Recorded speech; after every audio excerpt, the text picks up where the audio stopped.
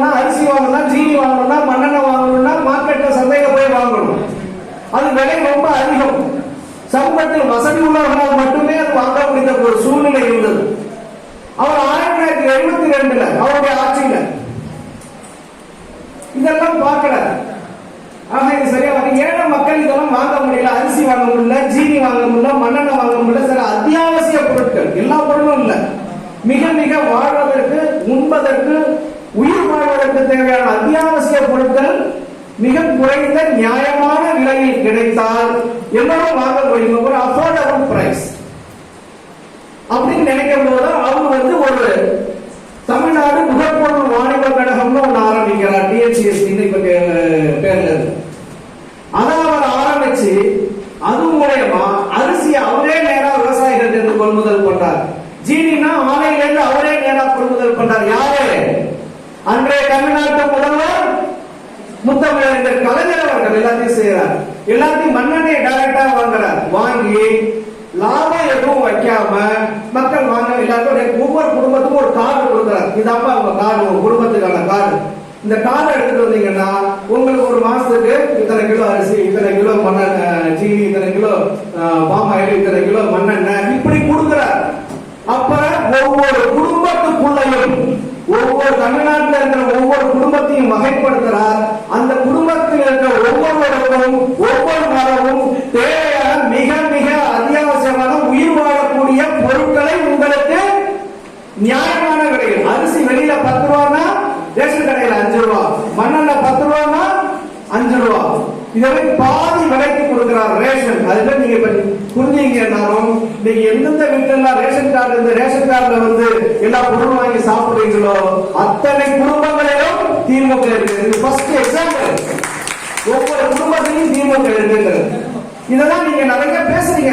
கலைஞர் ration கடையை உருவாக்கினாரு பேசிட்டு போறீங்க. அப்படி பேசாதீங்க. உள்ள வாங்கிட்டீங்கன்னா இப்ப சொன்னாங்க இல்லையா, ஒரு பொண்ணு கலைஞர் காப்பீட்டு திட்டம்னு கொண்டு வந்தாங்க. உண்மையிலே நடந்தது. அந்த ஒரு பொண்ணுக்கு மட்டும் இல்ல, ஒரு குடும்பத்துக்கு மட்டும் இல்ல, தமிழ்நாட்டில் இருக்கிற கிட்டத்தட்ட 17 லட்சம் குடும்பங்களுக்கு குடும்பங்களில் உள்ள ஏதாவது ஒரு ஏழை பயனாளி மிக உயர் அறுவை சிகிச்சையை உயர் மருத்துவமனைகள் செய்யறதுக்கு அவர் திட்டம் போட்டார். முதல் இந்தியாவிலேயே கலைஞர் காப்பீட்டு திட்டம் கொண்டு வந்தது. அந்த காப்பீடு திட்டம் போட்டு ஃப்ரீயா கொடுத்துட்டார். கேகேடி திட்டம் பேரு கலைஞர் காப்பீட்டு திட்டம். எவ்வளவு பெரிய, அதுக்கு முன்னாடி ஹார்ட் அட்டாக் வந்தா ஏழைகளா செத்துருவாங்க. இதே மாதிரி கிட்னி ஃபெயிலியர்னா ஏழைங்க செத்துருவாங்க. இதே மாதிரி மூளையில டியூமர் வந்துச்சுன்னா செத்துருவாங்க. எந்த பெரிய வியாதி வந்தாலும் இறந்து போய் விடுவார்கள் ஏழைகள். சரிபாதிக்கு மேலே முக்கால்வாசி பேர் ஏழைகளாகத்தான் இருந்தார்கள். ஆஸ்பத்திரிக்கு போனா பெரிய ஆஸ்பத்திரிக்கு தான் ஆபரேஷன் பண்ணணும், 1 லட்சம் ரூபாய் ஆகும், 2 லட்சம் ரூபாய் ஆகும்னா எங்களால முடியாது, பரவாயில்ல, என்ன 10 நாளோ 20 நாளோ 10 மாசமோ 1 மாசமோ உயிரோட. இது நடந்தது 20 ஆண்டுகளுக்கு முன்பு வரை. இதுதான் நடந்தது இந்த தமிழ்நாட்டில். அவங்களுக்கு வயசுலாம் 20 இருந்து 23 இருக்கும். நீங்க பிறக்கிறதுக்கு முன்னாடி இதுதான் நிலை. கலைஞர் காப்பீட்டு திட்டம் என்று ஒன்று வந்த பிறகுதான் தமிழ்நாட்டில் உள்ள ஒவ்வொரு ஏழை குடும்பங்களிலும் இந்த பெரிய வியாதிகள் மூலமாக நடைபெறும் இறப்பு என்பது இல்லாமல் போனது. அனைவருமே தனியார் மருத்துவமனைக்கு சென்று இலவசமாக எவ்வளவு செலவானாலும் அந்த மருத்துவ வசதியை பெற்று உயிர் பெற்று திரும்பிய வரலாறு கலைஞர் கொண்டு வந்தது. ஒவ்வொரு குடும்பத்திற்கும் நிறைய செஞ்சிருக்காரு. இப்ப 5 நிமிஷம் மட்டும் பேசினா போறாங்க, டைம் ஆல்ரெடி லேட்டா இருக்கு. ஒரே ஒரு சம்பவத்தை மட்டும் சொல்லிட்டு நிறைய இருக்கு குடும்பங்கள்ல கலைஞர் இருக்கிறார். கலைஞர் இறந்து போறார். அவர் மெரினாவில் விதைக்கப்படுறார். அடுத்த நாளே ஒரு தற்காலிக நினைவு மண்டபம் அங்க எழுதப்படுறது. எல்லாரும் டெய்லி போய் கலைஞரை தரிசிக்கிறாங்க. கலைஞரால் பயன்பெற்ற ஒவ்வொரு குடும்பங்களும் சாரசாரியா லட்சக்கணக்கில் போய் டெய்லி பார்க்கறாங்க.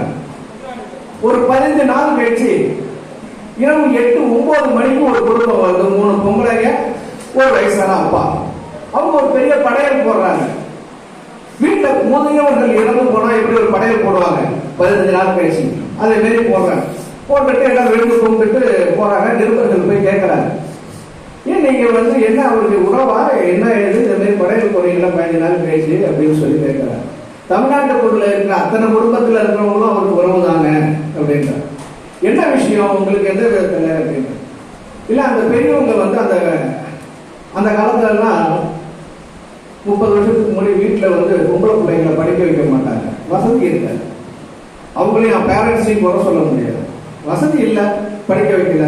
ஆம்பளை பிள்ளைய படிக்க வைப்போம், பொம்பளை பிள்ளைய இருக்கிற காசை போட்டு கல்யாணம் பண்ணி கொடுத்துருவோம் தான் இருந்தாங்க. ஆனா கலைஞர் என்ன நம்பினார்னா, ஒரு நாட்டுல ஒரு சமுதாயத்துல சரிவாகி இருக்கக்கூடிய எண்ணிக்கையில் இருக்கக்கூடிய இனம் பெண்ணினம், அந்த இனத்தோடைய பயன்படுத்தாமல் அவர்களை முடக்கி அடுப்பங்கரையிலேயே முடக்கி வச்சுட்டு இந்த நாட்டை எப்படி முன்னேற்ற முடியும்னு அவர் கேட்கிறார். இந்த கேள்வியை அவருக்கு கேட்க சொன்னது அண்ணா, பெரியார். இப்படித்தான் இந்த இயக்கம், திராவிட இயக்கம் வளர்ந்தது. பெரியார் அந்த சிந்தனையை உருவாக்கினார், அண்ணா அதை நடைமுறைப்படுத்துவதற்கு வழியை காட்டினார், அதை கலைஞர் நடைமுறைப்படுத்தினார், தலைவர் தளபதி அவர்கள் நடைமுறைப்படுத்திக் கொண்டிருக்கிறார் இன்னும் சீரியஸா. அப்படி இருக்கும் போது அந்த பொண்ணை வந்து 5ஆவதோட நிப்பாட்டணுங்கிறார்.